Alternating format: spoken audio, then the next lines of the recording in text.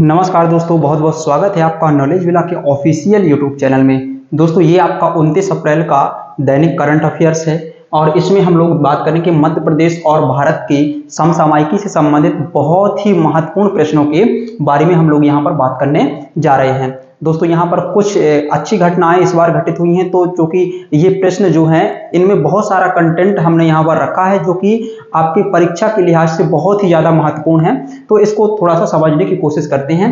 चलिए, पहला प्रश्न देखते हैं क्या है। हाल ही में आयोजित हुए मिस इंडिया के कंपटीशन की विजेता जो आपकी यहाँ पर हैं, मिस इंडिया जो कंपटीशन हुआ है मित्रों, इसके विजेता कौन रही हैं? अभी हाल ही में दोस्तों मिस इंडिया का कंपटीशन आयोजित किया गया है और इसकी विजेता कौन बनी है दोस्तों? ये भारत की विजेता जो है, ये इनका नाम है नंदिनी गुप्ता। ये आप यहाँ पर फोटो देख सकते हैं। ये कौन है? ये नंदिनी गुप्ता हैं। ये मिस इंडिया है वर्तमान में, और इनसे पहले जो थी सिनी शेट्टी, उन्होंने इसका क्या मिस इंडिया का जो है यहाँ पर ये ताज पहनाया है। तो ये भी आपको यहाँ पर याद रखना है। तो ये आप यहाँ पर याद रखेंगे। ये यहाँ पर ये पहने हुए हैं ताज। ये मिस इंडिया का ताज इनको पहनाया है किसने? सिनी शेट्टी ने, जो कि इससे पहले थी और ये हाल ही में बन गई हैं 2023 में। 2023 में कौन बनी है मिस इंडिया? तो ये है आपकी नंदिनी गुप्ता। ये राजस्थान के कोटा से बिलोंग करती हैं दोस्तों। इनका नाम, अब ये थोड़ा सा फोटो आप लोग यहाँ पर देख लीजिए, पहचान लीजिए, क्योंकि कई बार आपको यहाँ पर दिखाई दे सकती हैं, है ना। चलिए, अच्छा, और देखते हैं इनसे पहले कौन था। तो हमने अभी जस्ट आपको बताया कि सिनी शेट्टी जो हैं उन्होंने इनको ताज पहनाया। एक्चुअल में ताज कौन पहनाता है? जो नई मिस इंडिया बनती है, चाहे वो मिस यूनिवर्स हो, तो जो पूर्व होते हैं, जो वर्तमान में होते हैं, तो उसको वो नए वाले को पहनाते हैं, वही पहनाते हैं, ठीक है। तो ये आपको याद रखना है। तो मिस सिनी शेट्टी थी, कर्नाटक से बिलोंग करती हैं दोस्तों। सिनी शेट्टी कहाँ से बिलोंग करती हैं? कर्नाटक की, ठीक। चलिए, मिस इंडिया के बारे में थोड़ा सा देखते हैं। मिस इंडिया के बारे में, ये आखिर क्या है ये मिस इंडिया, यानी कि भारत की सुंदरी, ये कौन सी प्रतियोगिता होती है? देखिए, ये जो दोस्तों प्रतियोगिता है मिस इंडिया की प्रतियोगिता, इसकी शुरुआत 1952 से हुई थी। 1952 से इसकी शुरुआत यहाँ पर की गई थी, 1952 से। प्रथम भारतीय महिला जो मिस इंडिया बनी, पहली भारतीय महिला मिस इंडिया जो बनी है, उनका नाम क्या है दोस्तों?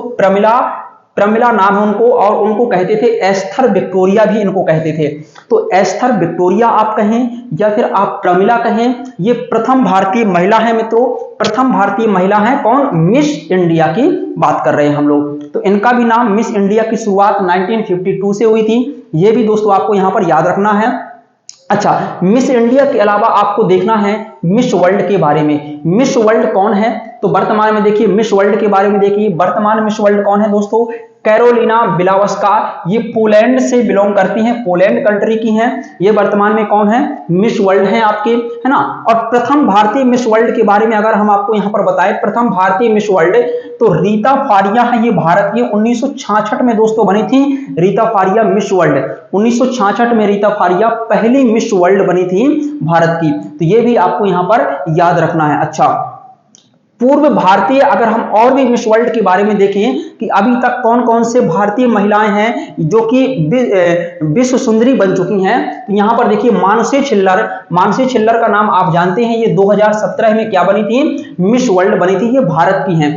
प्रियंका चोपड़ा, ये भी भारतीय मिस वर्ल्ड रही हैं। सन 2000 में ये क्या बनी थी? मिस वर्ल्ड बनी थी। अच्छा, युक्ता मुखी दोस्तों, ये 1999 में ये क्या बनी थी? मिस वर्ल्ड रही हैं, ये भारतीय महिला है। और इसके अलावा ऐश्वर्या राय भी मित्रों 1994 में क्या बनी? मिस वर्ल्ड का इन्होंने खिताब जीता था, यानी कि दुनिया की, यानी कि जो विश्व सुंदरी का खिताब होता है वो इन्होंने जीता था। तो ये मित्रों जो है ये प्रमुख क्या रही हैं? प्रमुख मिस वर्ल्ड हैं। हमने मिस, एक कैटेगरी होती है मिस इंडिया की, एक दूसरी कैटेगरी हमने आपको बताई मिस वर्ल्ड की। मिस वर्ल्ड के बाद आप देखते हैं दोस्तों मिस यूनिवर्स, ये भी बहुत महत्वपूर्ण है ना। ब्रह्मांड सुंदरी जिसको कहते हैं, हिंदी में क्या कहेंगे? ब्रह्मांड सुंदरी। देखिए भाई साहब, यहाँ पर पूरे ब्रह्मांड की सुंदरियों का वास है हमारे इस डिजिटल बोर्ड में। यहाँ पर आप देख सकते हैं वर्तमान में कौन है 2023 में? आर बोनी ग्रेवियल ये कौन है? मिस यूनिवर्स हैं करंट टाइम पर। ये कहां की हैं? यूएसए, ये अमेरिका से संबंधित हैं, अमेरिका की हैं मित्रों, आर बोनी ग्रेविल, है ना। और भारतीय कौन कौन सी रही हैं? भारतीय मिस यूनिवर्स के बारे में हम आपको बात करें तो 2023 से पहले यानी कि 2022 में, यानी कि इनसे पहले जो रही हैं तो वो भारत की ही थी, जिनका नाम है हरनाज सांधू। इनका नाम क्या है? हरनाज सांधू। ये 2022 में मिस यूनिवर्स का खिताब इनको मिला था। अच्छा, सुष्मिता सेन दोस्तों, जो सुष्मिता सेन का आप नाम सुनते हैं, बहुत सारी इनकी मूवी वगैरह आपने देखी होंगी। 1994 में इन्होंने मिस यूनिवर्स का खिताब जीता था सुष्मिता सेन ने। और लारा दत्ता की मूवी भी आपने यहां पर देखी होंगी, कई सारी मूवियां हैं इनकी। 2000 में मिस यूनिवर्स रही हैं लारा दत्ता। तो सुष्मिता सेन की बात करें, लारा दत्ता की बात करें, हरनाज सांधू की बात करें, तो ये तीनों क्या है? अभी तक की भारतीय मिस यूनिवर्स रही हैं। भारत में कुल यही तीनों मिस यूनिवर्स रही हैं। वर्तमान में आर बोनी ग्रेविल कहां है? अमेरिका की ये मिस यूनिवर्स हैं। चलिए, तो आपने यहां पर क्या क्या देखा? मिस यूनिवर्स के बारे में देखा, मिस इंडिया के बारे में देखा, मिस वर्ल्ड के बारे में देखा, ये मिस इंडिया है ना। और ये आपका यहां पर प्रश्न था, इसके बारे में आपने समझा। अब चलिए देखते हैं नेक्स्ट प्रश्न को। अगला क्वेश्चन क्या है, क्या कहता है अगला क्वेश्चन? चलिए देखिए, अगला क्वेश्चन है दोस्तों, क्वेश्चन नंबर 2 आपका है यहां पर। हाल ही में सूडान में फंसे भारतीयों को निकालने के लिए भारत ने कौन सा ऑपरेशन चलाया है? दोस्तों ये बहुत महत्वपूर्ण प्रश्न है। देखिए, भारत सरकार जो है, जब भी कोई व्यक्ति, देखिए भारत की सबसे बड़ी खासियत यही है कि हम, देखिए भारत के नागरिक हैं और हमारे अंदर देश प्रेम होता है। और ये देश प्रेम हमें तब दिखाई देता है जब हम अमेरिका में किसी संकट में फंस जाते हैं, तो भारत का विदेश मंत्रालय जो है ना, हमें वहां से लाने के लिए पूरी व्यवस्थाएं करता है, हेलीकॉप्टर भेजता है, हवाई जहाज भेजता है ना, जहाज को भेजता है। और बाकायदे हमारे जो अंतरराष्ट्रीय संबंध है ना दोस्तों, वो तभी काम देते हैं। हमारे एस जयशंकर जी है ना, जो विदेश मंत्री, वो बहुत ही समझदार है। उन्होंने हर कंट्री के साथ में अपने बैलेंस संबंध को बना करके रखा है।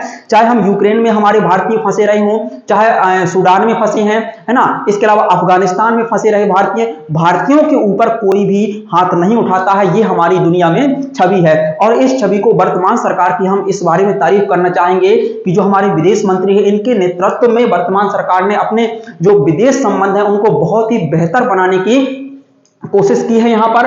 तो सूडान में देखिए दोस्तों, वर्तमान समय में थोड़ा सा वहां पर सरकारों के बारे में थोड़ा सा संकट चल रहा है ना।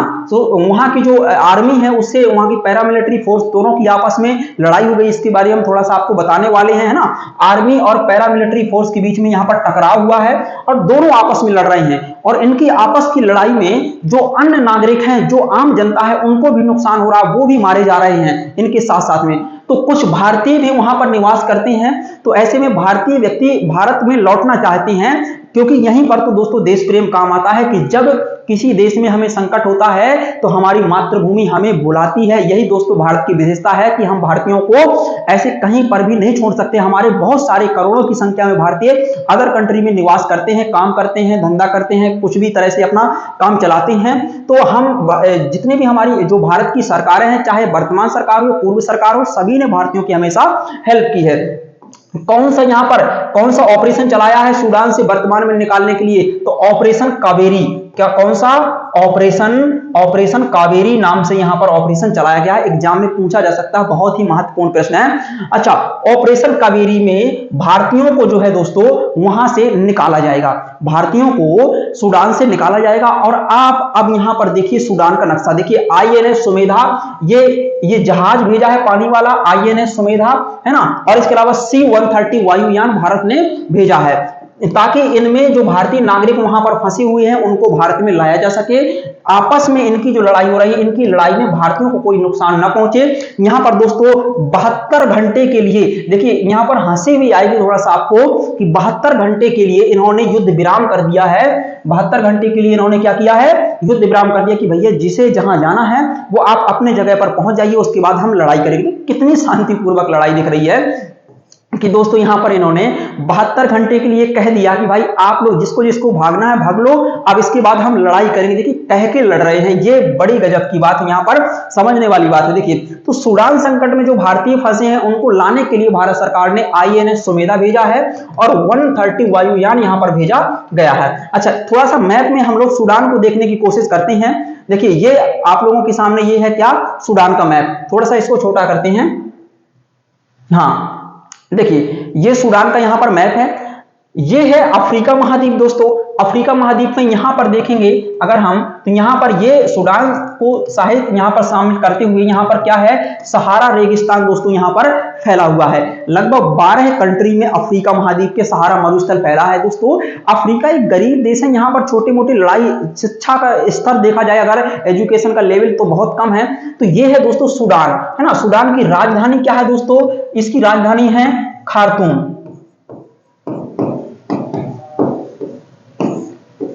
खार्तूम इसकी राजधानी है सूडान की, खार्तूम, इसको याद रखना है। देखिए बगल में आपको यहां पर क्या दिख रहा है दोस्तों, बगल में आपको यहां पर रेड सी दिख रहा होगा, बगल में ये आप देख रहे हैं यहां पर रेड सी, क्लियर। ये आपको यहां पर रेड सी दिखाई दे रहा है और इसके बगल में दोस्तों सऊदी अरब, यहां पर ये कंट्री लगा है। अच्छा, सऊदी अरब के पास में यहां पर जेद्दा पोर्ट है, तो यहां से इनको C-130 जो आपका C-130 जो आपका वायुयान भेजा है, और इसके अलावा INS सुमेधा जो भेजा गया है, उसके माध्यम से भारतीय नागरिकों को जेद्दा तक लाया जाएगा। लाल सागर को पार करते हुए जेद्दा पहुंचाया जाएगा और जेद्दा से डायरेक्ट इंडिया के लिए फ्लाइट है। जिसको फ्लाइट से आना है वो फ्लाइट से आएगा, और जिसको फ्लाइट से जो नहीं आ सकते हैं उनको भारत सरकार खुद भारत में लेकर के, सुरक्षित लेकर के आएगी। तो लाल सागर यहां पर आप लोग देख सकते हैं। अच्छा, यहां पर हम आपसे अगर क्वेश्चन पूछें कि लाल सागर यहां पर आपको दिखाई दे रहा है मित्रों, लाल सागर, और लाल सागर को यहां पर मेडिटेरियन जो भूमध्य सागर है, तो भूमध्य सागर से जोड़ने वाली नहर का नाम क्या है, ये नहर आपको बताना है। तो इसका नाम दोस्तों क्या है, स्वेज नहर। क्या नाम है, स्वेज नहर। स्वेज नहर दोस्तों ये लाल सागर को भूमध्य सागर से जोड़ती है। इसके अलावा दोस्तों यहां पर बाब अल मंदेब की खाड़ी है, यहां पर अरब सागर है, यहां पर दिख रहा है, इसके बाद इंडिया लग जाता है यहां पर, है ना। तो इस तरह से यहां पर आपको याद रखना है। यहां पर दक्षिणी साउथ सूडान है ना, यहां पर एक नदी भी बहती है, तो ये भी आपको याद रखना है। ब्लू नील, यहीं से थोड़ा सा दोस्तों अगर देखेंगे इसके ऊपर मिस्र कंट्री आपको मिलेगा, इजिप्ट जिसको कहते हैं, यहां पर नील नदी बहती है, और इजिप्ट ही इस स्वेज नहर का जितना भी रेवेन्यू प्राप्त होता है, इजिप्ट इसका रेवेन्यू रखता है। तो ये भी आपको यहां पर याद रखना है। देखिए, तो इस तरह से ये यहां पर इस तरह से संकट चल रहा है दोस्तों, ये आपको संकट याद रखना है। बगल में रेड सी है ना, इनको जेद्दा तक लाया जाएगा, तो ये आपको यहां पर दोस्तों जो है याद रखना है। चलिए, हाँ देखिए, सूडान संकट समझ में आया होगा दोस्तों। चलिए अब देखते हैं इसके आगे प्रमुख ऑपरेशन। जैसे सूडान में फंसे भारतीयों को निकालने के लिए कौन सा ऑपरेशन भारत सरकार ने चलाया, ऑपरेशन कावेरी। तो ऐसे कई और ऑपरेशन भी चलाए जा चुके हैं, तो इन ऑपरेशंस के बारे में देख लेते हैं। देखिए दोस्तों, ऑपरेशन देवी शक्ति, जो मित्रों ऑपरेशन देवी शक्ति है, ये किसके लिए भारत सरकार ने चलाया था। ऑपरेशन देवी शक्ति ये भारत सरकार ने किसके लिए चलाया था, तो ये दोस्तों अफगानिस्तान में जब तालिबानों का शासन आया था ना, अभी 1-2 साल पहले, तो अफगानिस्तान में जो भारतीय लोग फंस गए थे उनको अफगानिस्तान से सुरक्षित वापस भारत में लाने के लिए भारत सरकार ने देवी शक्ति ऑपरेशन चलाया था। तो ये भी आपको दोस्तों याद रखना है, ऑपरेशन देवी शक्ति यहां पर चलाया गया था। अच्छा, ऑपरेशन वंदे मातरम, ये कोरोना काल में विदेशों में फंसे जो भारतीय नागरिक थे उनको भारत में वापस लाने के लिए ऑपरेशन वंदे मातरम भारत सरकार के द्वारा मित्रों चलाया गया था। तो ये भी हमें लगता है कि आपको ये ऑपरेशन याद रखना चाहिए, ये काफी इंपॉर्टेंट ऑपरेशन है, ये भारतीयों के लिए यहां पर चलाया गया। जो कोरोना काल में अदर कंट्री में फंस गए थे उनको भारत में लाने के लिए, जिनके पास खाने का नहीं था, काम खत्म हो गया था, ये कुछ चीजें नहीं बची थी उनके पास में, तो जो हम वतन है ना, भारत में राष्ट्र प्रेम जो था वो उनको यहां पर खींच लाया और यहीं के यहीं सब कुछ आ गए। ठीक है। अच्छा, वंदे भारत मिशन, ये भारतीय नागरिकों को विदेशी कंपनियों से निकालने के लिए चलाया गया। वंदे भारत मिशन भारतीय नागरिकों को विदेशी कंपनियों से निकालने हेतु के लिए चलाया गया था, ये याद रखना है। अच्छा, operation Ganga, operation Ganga mission, ये जो ऑपरेशन है ये यूक्रेन का, जब ये वार हो रहा था रसिया और यूक्रेन का युद्ध, तब यूक्रेन में जो भारतीय नागरिक फंसे हुए थे उनको बाहर निकालने के लिए ऑपरेशन गंगा। तो आप दोस्तों देख रहे हैं कि जो भारत की सरकार है और विदेश मंत्रालय है वो हमेशा इस चीज के बारे में तत्पर रहता है कि कहीं पर भी कोई संकट आता है तो सबसे पहले हमारे वहां पर जो नागरिक हैं जिनके ऊपर संकट हो सकता है तो उनको तुरंत वो वहां से बाहर निकालने की कोशिश करते हैं और अपने देश में उनको लाने की, सुरक्षित रूप से लाने की कोशिश करते हैं। तो यही दोस्तों हमारा देश है, यही हमारा संविधान है, इसको आपको याद रखना है। चलिए, क्वेश्चन तीसरा है, आप लोगों के लिए हमने तीसरा प्रश्न रखा है। मध्य प्रदेश में कहां पर सशस्त्र सीमा बल का नया प्रशिक्षण केंद्र बनाया जाएगा? मध्य प्रदेश में कहां पर दोस्तों सशस्त्र सीमा बल का नया प्रशिक्षण केंद्र बनाया जाएगा? ये कहां बनाया जाएगा दोस्तों? ये ग्वालियर में बनाया जाना है, ये भी आपको याद रखना है। अच्छा, इससे संबंधित कुछ प्रश्न के बारे में जान लीजिए। सशस्त्र सीमा बल का नया प्रशिक्षण केंद्र ग्वालियर में बनेगा। अब देखिए, लक्ष्मीबाई शारीरिक प्रशिक्षण संस्थान ये कहां पर है दोस्तों? लक्ष्मीबाई शारीरिक प्रशिक्षण संस्थान मध्य प्रदेश में ग्वालियर में है। अच्छा, थल सेना प्रशिक्षण संस्थान मध्य प्रदेश में कहां पर है? पचमढ़ी में है। एक तो दोस्तों पचमढ़ी में और दूसरा है महू में। ठीक है, तो पचमढ़ी और महू ये दोनों आपको याद रखना है। अच्छा, तीसरा आपदा प्रबंधन केंद्र, आपदा प्रशिक्षण केंद्र, आपदा प्रबंधन नहीं आपदा प्रशिक्षण केंद्र ये दोस्तों कहां पर है? ये भोपाल में है। ये भी आपको यहां पर याद रखना है। आपदा प्रशिक्षण केंद्र कहां पर है? भोपाल में है। यातायात प्रशिक्षण संस्थान ये कहां पर है दोस्तों? तो ये आपका ये भी भोपाल में है, ये भी आपको याद रखना है। और ड्राइवर प्रशिक्षण संस्थान ये भी कहां पर है? छिंदवाड़ा में। अच्छा, छिंदवाड़ा के बारे में हम आपसे यहां पर पूछते हैं, मसाला पार्क जो है भारत का पहला मसाला पार्क छिंदवाड़ा में है। क्या? मसाला पार्क। भारत का पहला मसाला पार्क ये कहां पर है? छिंदवाड़ा में है। मध्य प्रदेश का मसाला पार्क है ना, ये भी आपको याद रखना है। चलिए अब आगे देखते हैं। इसके बाद क्वेश्चन नंबर चौथा है दोस्तों, जल जीवन मिशन के तहत, जल जीवन मिशन के तहत ये देखिए यहां पर जल जीवन मिशन के तहत नल से जल पहुंचाने में कौन सा राज्य देश में प्रथम स्थान पर है? मतलब दोस्तों गांवों में नल से हर घर में जल पहुंचाने के मामले में ये कौन सा राज्य देश में पहले स्थान पर है? और मिशन कौन सा? जल जीवन। इस मिशन के तहत नल से हर घर में जल पहुंचाने वाला कौन सा राज्य देश में पहले नंबर पर है? तो इसका उत्तर क्या है दोस्तों? मध्य प्रदेश। मध्य प्रदेश दोस्तों यहां पर टॉप नंबर 1 पर है पूरे इंडिया में कि नल से हर गांव की बातें हो रही हैं, नल से जल पहुंचाने वाला प्रत्येक घर में। क्लियर? अच्छा, जल जीवन मिशन की यहां पर बात आई है दोस्तों, तो इसके बारे में समझिए जल जीवन मिशन क्या है। देखिए, जल जीवन मिशन का उद्देश्य क्या है कि हर गांव में घर घर में पानी की सुविधा करना, है ना। तो आप लोग देख रहे होंगे कि गांवों में जो है नीचे से पाइपलाइन बिछाई जा रही है सड़कों पर, है ना, और उस वहां पर टंकियां भी बनाई जा रही हैं, उसके माध्यम से फिर फिल्टर का पानी जो है वहां पर हर घर में भेजा जाएगा। तो ये इसका उद्देश्य है। जल शक्ति मंत्रालय के द्वारा दोस्तों जल जीवन मिशन को चालू किया गया। किसके द्वारा संचालित है ये? जल शक्ति मंत्रालय के द्वारा। अच्छा, जल जीवन मिशन प्रारंभ कब हुआ? 15 अगस्त 2019 को यह प्रारंभ हुआ। और इसका उद्देश्य क्या है? हर घर में, गांव में हर घर में नल से जल पहुंचाने की सुविधा की जाएगी। अच्छा, इसका लक्ष्य क्या है? तो देखिए, संचालित हुआ 2019 में, इसका लक्ष्य है कि 2024 तक हम ये काम पूरा कर लेंगे। 2024 तक का इसने अपना लक्ष्य रखा है। तो ये लक्ष्य भी दोस्तों आपको जो है याद रखना है।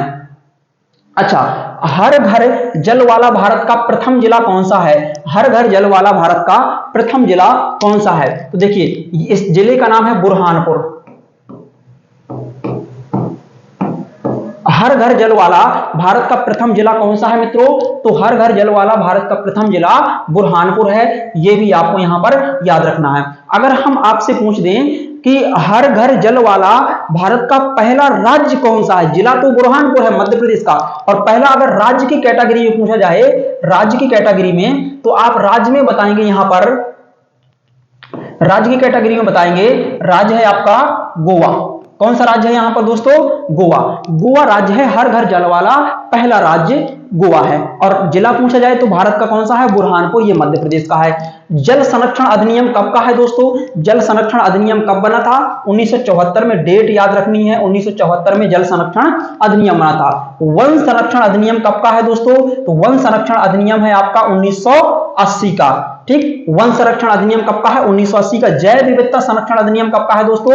ये 2002 का है। 2002 का है जैव विविधता। एक और लिख लीजिए, पर्यावरण संरक्षण अधिनियम, पर्यावरण संरक्षण अधिनियम ये कब का है? ये कब आया था? 1986 में। 1986 में पर्यावरण संरक्षण अधिनियम। तो जल संरक्षण अधिनियम 1974, वन संरक्षण अधिनियम 1980, जैव विविधता संरक्षण अधिनियम 2002, पर्यावरण संरक्षण अधिनियम 1986। तो मित्रों ये आपको यहां पर याद रखना है। क्लियर? चलिए इसके बाद देखते हैं नेक्स्ट प्रश्न की ओर। देखिए, 5वां प्रश्न है,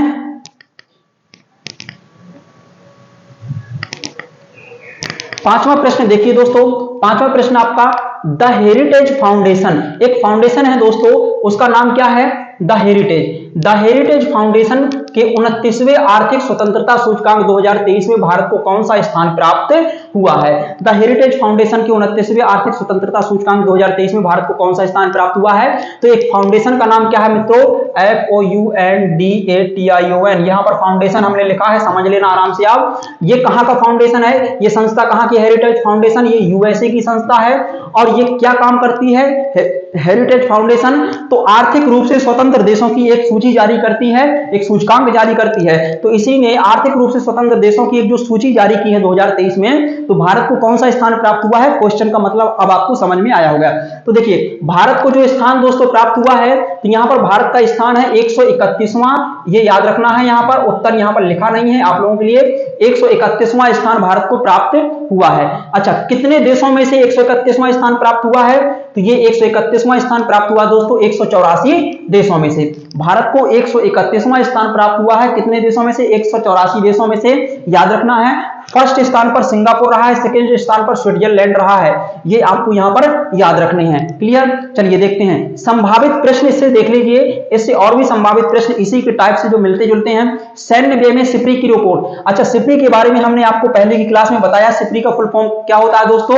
तो सिप्री का Stockholm International Peace Research Institute. क्या होता है दोस्तों? Stockholm International Peace Research Institute, ये सिप्री का पूरा नाम है, आप इसको लिख लेंगे। अच्छा, इसकी रिपोर्ट जो अभी हाल ही में 2022 वाली आई थी, तो सैन्य व्यय के मामले में दोस्तों यूएसए सबसे टॉप पर था। 39% यहां पर अमेरिका अपनी सेना में खर्च करता है। दूसरे नंबर पर चीन था दोस्तों।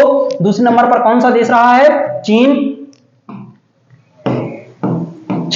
तीसरे नंबर पर यहां पर रूस रहा है, और चौथे नंबर पर आपका भारत रहा है। क्लियर? तो सिप्री की रिपोर्ट है, ये आपको याद रखना है। अच्छा, पहली जल जनगणना है ना, जल, यहां पर जल लिखना है। पहली जल जनगणना जो है, ये जो आपकी जल जनगणना हुई थी भारत में, तो पश्चिम बंगाल इसमें टॉप स्थान पर है। भारत में जल जनगणना में पश्चिम बंगाल सबसे, मतलब जल निकाय की जो जनगणना है कि कितने जल के स्रोत हैं, तो पश्चिम बंगाल यहां पर टॉप में है। और इसके अलावा दोस्तों सिक्किम जो है, ये सबसे निचले पायदान पर रहा है। अच्छा, लॉजिस्टिक परफॉर्मेंस की